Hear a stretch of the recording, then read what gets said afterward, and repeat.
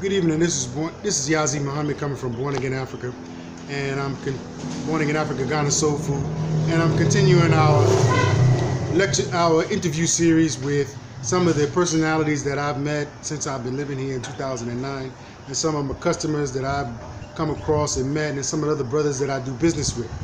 Right now, this is a brother I'm coming to introduce you to. His name is Atu Rasta, and let me introduce you real quick, Brother Atu Rasta.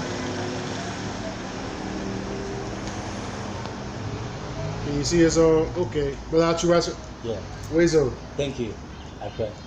Yo. Yes, from? Where from? Yo. So this is some of our brother Atu Rasta. Where are you from? Yeah, I'm from Pom. You from Pom? Yeah. Okay. Is Pom your hometown? Pom is not my hometown, but it's the place where my parents give birth to I. So I live in the Pom, but Asojaman district, as Atipoku as a whole, is one of my town too. That I do my business since 2009 to today. Okay. So Pong is not your hometown. Then let me ask you, how many languages do you speak? Yeah, I can speak like 4 languages. What languages are they? That's Ewe, Twi, English, and Krobo. Yeah, Krobo. Yeah. Okay. And for those that don't know, but in the eastern region, the Krobos are the dominant ethnic group. So they are comprised of the majority of the people living in the eastern region. So I'm told. So and they are just a few minutes away from Atumpoku. So this is where they have the Depot Festival. Yeah, Depot Festival. What is the Depot Festival? Yeah, Depot Festival is something. Is part of our culture that as a youth girl, when you get to your adolescent stage, you have to perform that rite. That will show that you are a perfect girl to date with a man. To date with a man through our culture, through the belief of our sentence, that if you pass through celebration, that means you become clean and pure. You the nature, you the woman or the lady out there, every man can come to you to marry you. Without any problem, because now you are clean. Okay, you've passed through some teachings and some laws and regulation before coming out.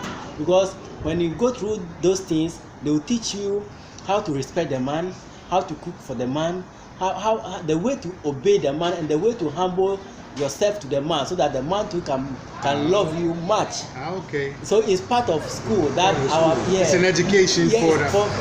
Is it only the Krobos that have this rites of passage? No, not Krobo alone. The Ewes have it, the Ashantis have it, and all the tradition have something similar. Have the same. How do they call it in Ewe? Ewe they call it Trokoshi. And or Fiashidi. Okay. Means the same thing. The same thing. What about tree? The tree, trust me, the tree, that part is a little problem to the eye. Okay. Because tree is not my Your original language. language. Yeah. Okay. Okay. But later we'll come back to that and we will see the way they will call it, and we will tell the people that this is the way they call it. Okay. Well, I want to tell everybody a little bit about the history of Atu and myself. I first met Atu around about 6 years ago when we had our business in Atumpoku Media Center. That place we had an internet cafe, video game room, business center, and computer training school right here in Atumpoku across the river. So this brother was there, and he was in the town and kind of moving around doing his business. So I prefer that he tell you a little bit how we kind of crossed paths at that time. Yeah. That's 2009. Those time, Atu Rasta was one brethren in Asojamai and Lower Manya Municipal Assembly as a whole in Ghana. I was one guy who had been doing hard work. 2019, I've been selling takeaway rubber, margin rubber, the medium and the large, all the rubber things. That's what I've been doing 2009. But I say 2009 to 2011, I could see that the rubber is dirty the country. Everywhere you pass in Ghana, you could see that the rubber, the plastic, is making the country dirty. And anytime I see those things with my eyes, My eyes disturb me every time. So this is the big question I ask myself as Atu Rasta. Atu Rasta, see, this is what you have been selling, and this is what you have been depending on. But this thing is deadening the country. So what are we going to do with this? You know, there I hear the message. I have to change my business.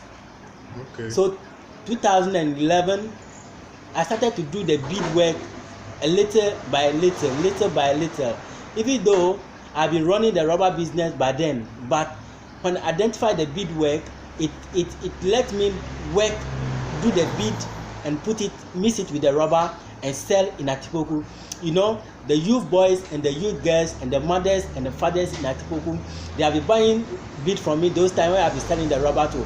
But I get to know that no, the rubber, anytime I see that the rubber, people go to the toilet inside the rubber and they put it behind the people's window, the back of people's room, I feel pity that, Atu Rasta, I'm dirtying the land.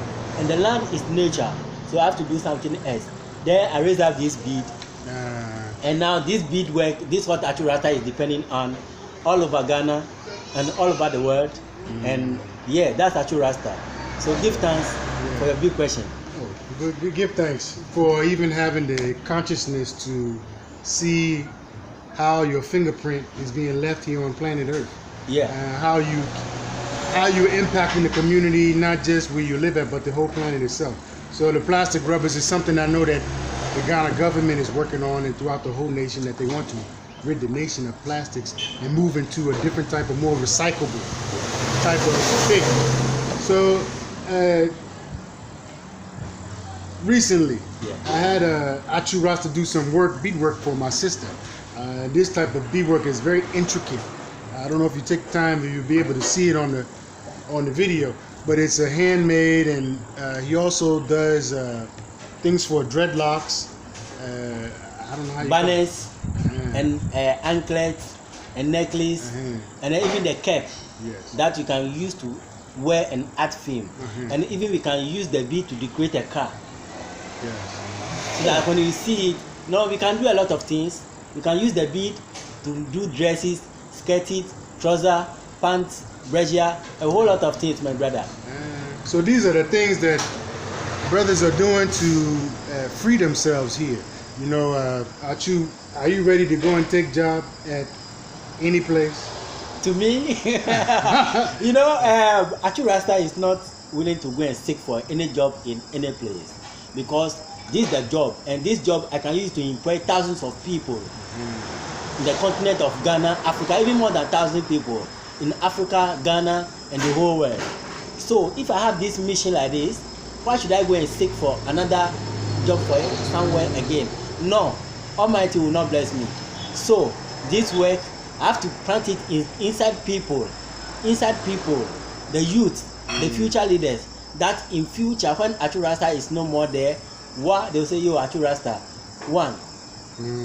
Thank you, Atu Rasta. You know, it's great that the work you're doing in your mind and thinking about being an entrepreneur. Not that you started out with rubbers and grew yourself into the bead work. Now, I think that's awesome, and we all want to support you, and anybody interested in purchasing some of the brothers' work. As you can see, he's even had rings and bracelets and these things all for sale. So if you like, you can come to Born Again African Ghana Soul Food Facebook page, and you can send me a message, and I can work and share with you the price list and everything of the different things you want. Even he does custom made work. So I wanted to ask Brother Atu Rasta, coming from the Volta region in Pong. When I hear you speak, I hear a patois. Are you also Jamaican or from the West Indies, or what they call the West Indies, or the Caribbean? No, man. We are not Caribbean, another Jamaican. But you know what? It's something that our grandfathers and our grandmothers passed down. That after the slavery, the language, Jah is not partial. So when you're able to hear the voice of the Almighty, you hear patois. And patois is what? Aigwe is a patois, Twi is a patois, Krobo is a patois, and African dialect or a patois. But it depends on the way you pronounce the word that will sound loud and clear to the people. But in Ghana, if I, Atu Rasta, want to speak, I will not speak in patois. No. Why? If I speak in patois, my grandmother in the house, my mother in the house, my daddy in the house, my brothers in the house, that doesn't have any better education like the others outside. They will not hear what Atu Rasta will say. So in this case, if I will speak, I'll speak in Kobo, I'll speak in Twi, I'll speak in Ayigbe, and other ones. Sure. Well, thank you, brother. I appreciate you coming through and the bead work that you've done, and I hope that through Born in Africa, we can also expand your business and put you on a different platform where people can have access to some of your work. This is what Born in Africa is all about, is networking all of us together, you know, as we are developing our business here and bringing other businesses into our under our umbrella. This is something that we want to extend to other brothers, so that we can extend it to the African diaspora or even the diaspora. This brother's beads work is for anybody that would like to have something nice. So